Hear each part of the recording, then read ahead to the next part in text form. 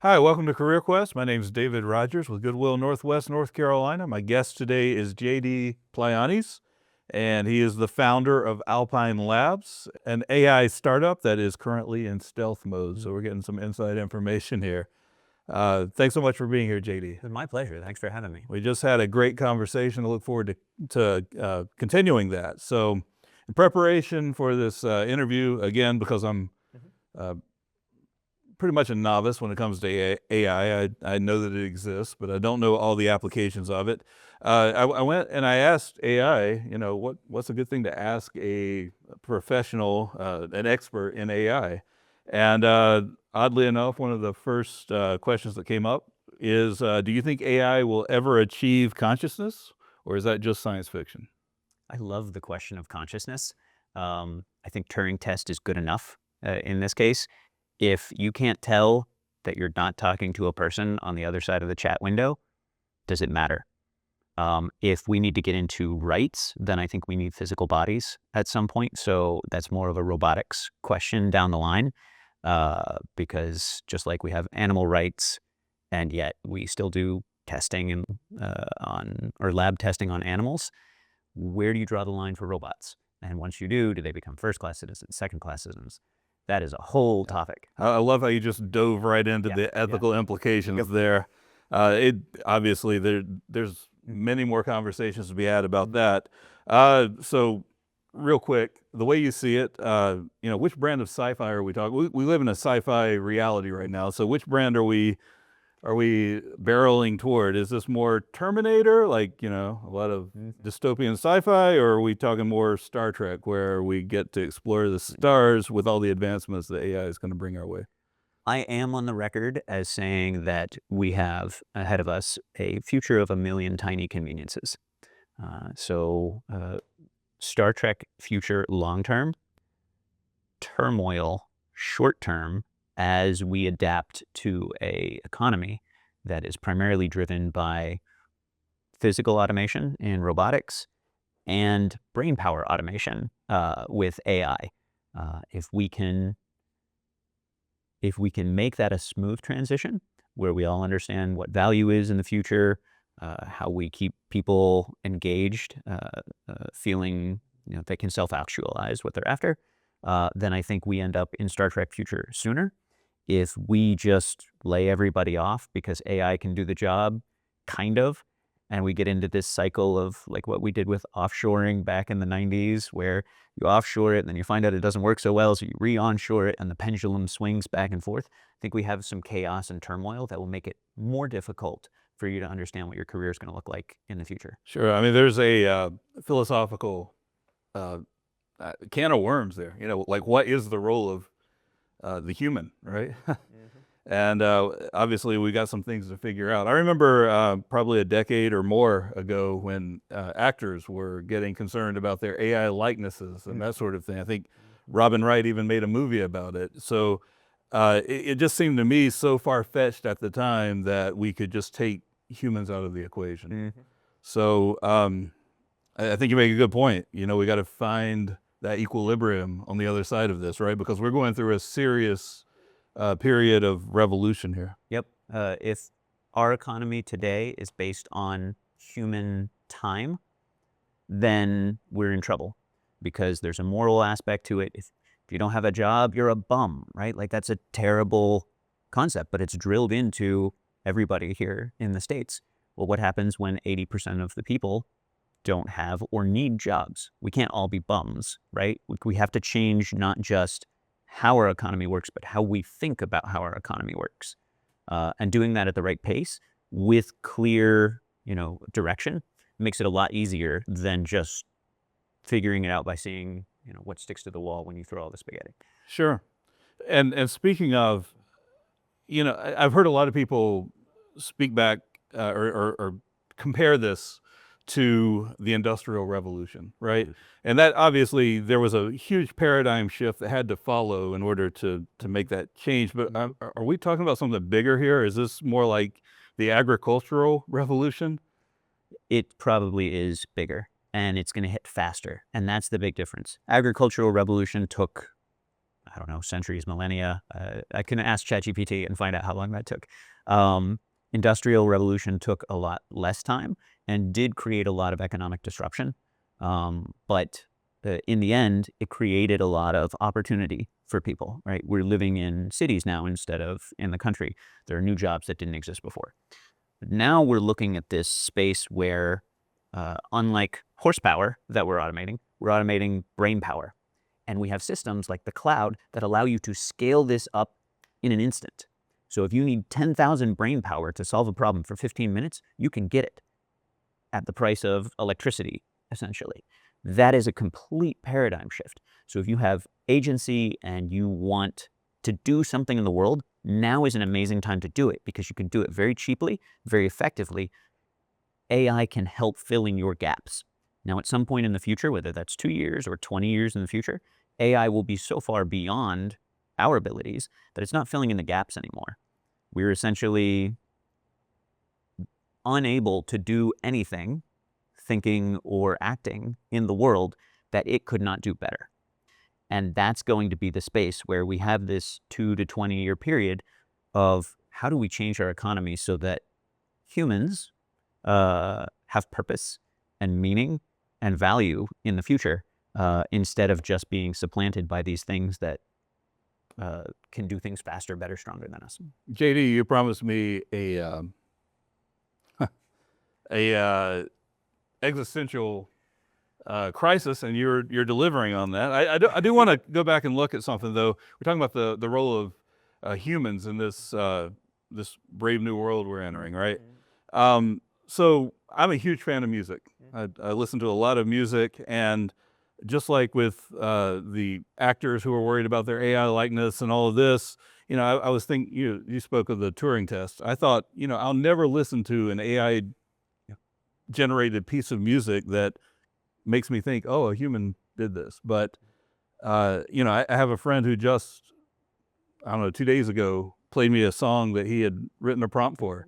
And I said, that sounds just like the Lumineers. That could be their next hit, right? And, and as a listener, I would never, that's, to me, to my ear, that's how a pop song goes these days, right? So in the context of this brave new world, I do want to go back to the role of the human. I'm a huge music fan. I listen to a lot of music, and, you spoke of the Turing test, and I thought, there will never be a piece of AI generated music that fools me, right? I'm always going to know that it was a machine that was out there mimicking what humans do. Well, just a couple of days ago, I had a friend play a song that he had prompted in AI, and I listened to it, and I listened to it again, and I thought, that sounds just like the Lumineers. That could be their next radio hit, right? And it kind of blew me away, and it just proves that at every turn I have been wrong about AI. As far as what I expected. But when we're talking about the role of the human, I do want to go back to one specific example that I can think of from history as a big music nerd and all that. In 1961, there was a song released. It was called Don't Worry by Marty Robbins. And this is the first time that a recorded piece of popular music included the fuzz effect. And everybody, or a lot of people are familiar with that. It makes your guitar sound like, a bunch of static in the best possible way, right? Well, this happened not intentionally. It was a total accident, where the bass player plugged directly into the console, was using a faulty channel, and it created this effect that was never heard on a recording before. And so, it was one of those accidents where we're talking about a couple different things as far as the human element. So my question for you, that's a big build-up here, but I promise this is a good question. As we rely more on AI, are you concerned that we will miss out on innovations that occur from human mistakes or accidents, and then human intuition? Yeah, like stainless steel and penicillin and all those things where somebody just noticed something interesting. I don't. I actually think we're going to accelerate those kinds of happy accidents. When you have an AI that follows reinforcement learning pathways, it can either execute something very precisely that it knows how to do because you told it to do that thing, for example, get me to the airport as fast as possible, it will not deviate.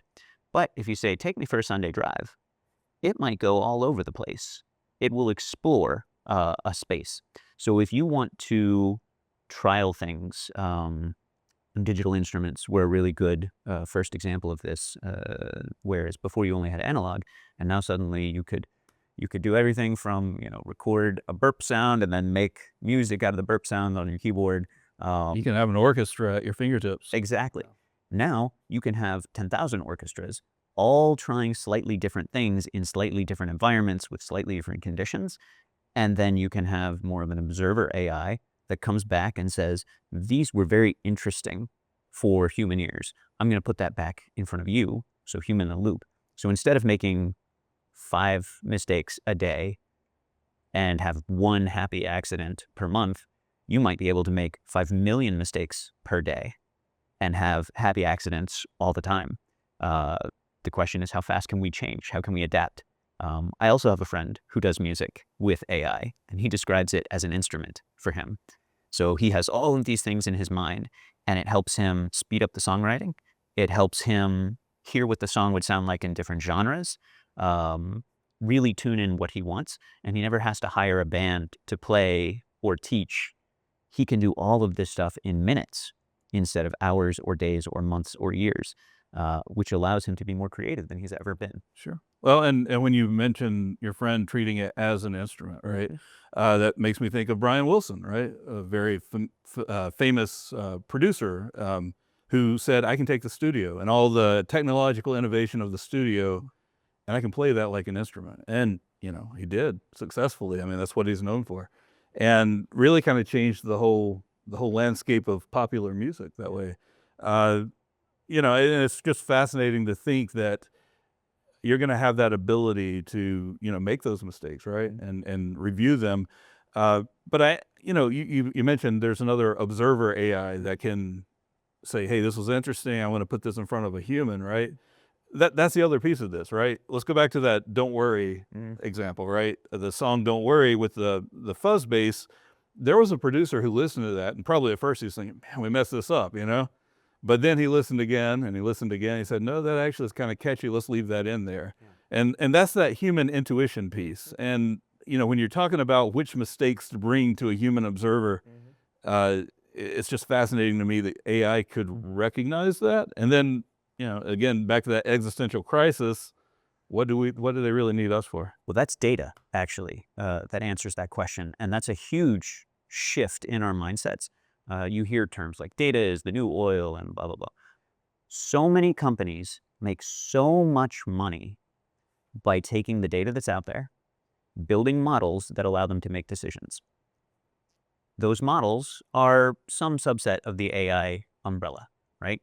And they're incredibly profitable, and we all benefit from them every day, whether it's choosing the hit song that you're going to like next in your Spotify playlist, or the TikTok algorithm that's so famous, right? It's just a classifier. It says, you liked these, you're going to like this. And it's so good at it that it keeps people there all the time, right? And how many people have rushed to be creators in those spaces so that they can take advantage of the eyeballs, the guaranteed eyeballs, because they know that the right kind of content is going to get in front of the right kind of people and purchases will be made. So the same thing can happen with music. Imagine your health data and your purchasing preferences and the things that you did during the day are all being ambiently recorded somewhere, right? The panopticon, another terrible dark future. But at the same time, when you get in your car or you walk in your house, the right music for you, a song that no one has ever heard before, but matches your mood and your experience of that moment so perfectly, could be playing. You sit down for dinner with your family, and it mixes all the moods so that you end up with engaging conversation instead of people scrolling on their phones or sitting in silence or having difficulty coming up with something to say from the day. All of these things can enhance our lives, the million tiny conveniences future that I was talking about, but we have to get to a space where we're comfortable with AI being part of our lives. And that's, we're going back to that Star Trek kind of future, right? Yep. But it brings up another good question here because, I mean, obviously, all those good things that you mentioned, they can obviously be used for very bad purposes as well. So I'm going to go back to one of the questions the AI generated for me. Uh, do you think that AI should be regulated, and if so, how? I think the use of AI should be regulated. AI itself, like the model building, no. That would be too complex, and I think it would stymie innovation. Whereas we should be very clear, like killer robots, putting a weapon under AI control and robotic control and just sending it out into the world is not a good idea. Now, There's a sci-fi movie for that too. there are a lot of sci-fi movies around those dystopian futures, right? So the rule of having an AI in your house that makes the perfect piece of toast, right? That is using electricity, it's using heat that could burn down your house and all sorts of things, but that is a space that we shouldn't have a lot of AI regulation in, whereas, a weapon, an automated weapon, should absolutely be a regulated Absolutely. use case. Yeah, I mean, I'm all for having a rosy robot, right? That was the future we were all promised. Which leads me to my next question. It's 2025. Why am I still creating my own spreadsheets? I don't know. There are plenty of tools out there for that, and I think really it's about exploring. It's exploring the space. People are coming up with tools to solve problems every single day. If you have a problem, somebody is probably already working on that problem. And if they're not working on that problem, you should work on that problem. You should start a company that does this thing, and you should use AI to help solve that problem for everybody else. We are going to be just inundated with solutions at this point, and we're going to need AI to help sort through them for us. You've heard of AI agents. One of the things out there that agents can do, since they have agency in the world, right, is select tools to use. So you don't want a stochastic system, a random acting system, to handle what a calculator can do in a deterministic way. Sure. You might not always get the same answer, right? But you do want a stochastic system to help you brainstorm things or to look at the business space that you're in and come up with new ideas for, mergers, acquisitions, targeted populations that are underserved for something. You want to save deterministic things for calculators and other applications. Let those call the tools and make it easier, including spreadsheets. Yeah, absolutely. Somehow I knew that answer was going to come back to my own AI illiteracy, but that's okay. I'm okay with that. It does make me wonder, though.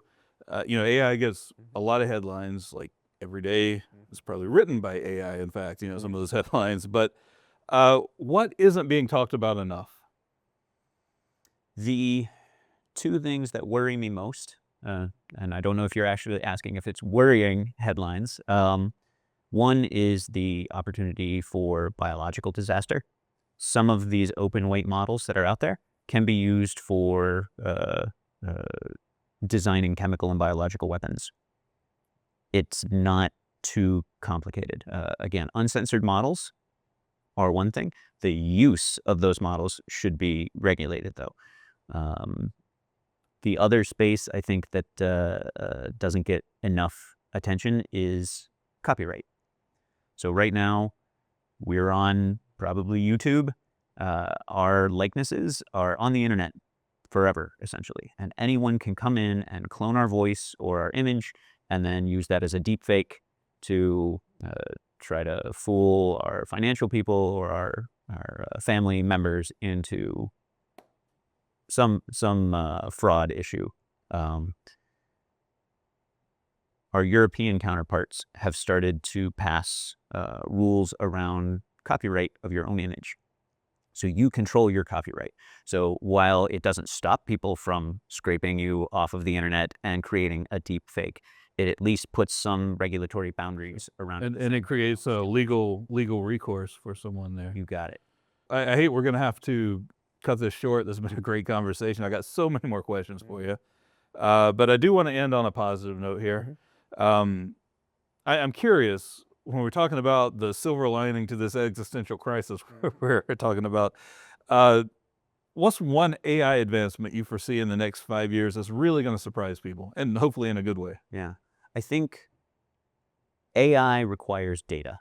And right now, it has gobbled up all the data that it can to get as good as it is. But there's still so much more data that it doesn't have. And I think one of the things that anyone watching this could take away is don't just think of your career as how can I trade my time for money. Think of your career as how can I trade my data for money. There's already a lot of paradigms out there that allow you to monetize the data that you're already generating and giving away for free. So when you're trying to plan your future, especially if AI is going to drive that future, and AI requires data to be better at what it does, how can you monetize your data more than your time? And I think that will be a helpful way for people to approach the shift in the economy that's coming. I think that's incredible insight. Thank you for that. Something I'm going to have to look at in my own life, right? Well, this has been a great conversation. Really appreciate your time today, JD, and I hope we can stay in touch and I can ask you more questions. Absolutely. We'll all be AI experts by the end of the month. Perfect. All right. Thank you so much for joining us for Career Quest. I appreciate your time.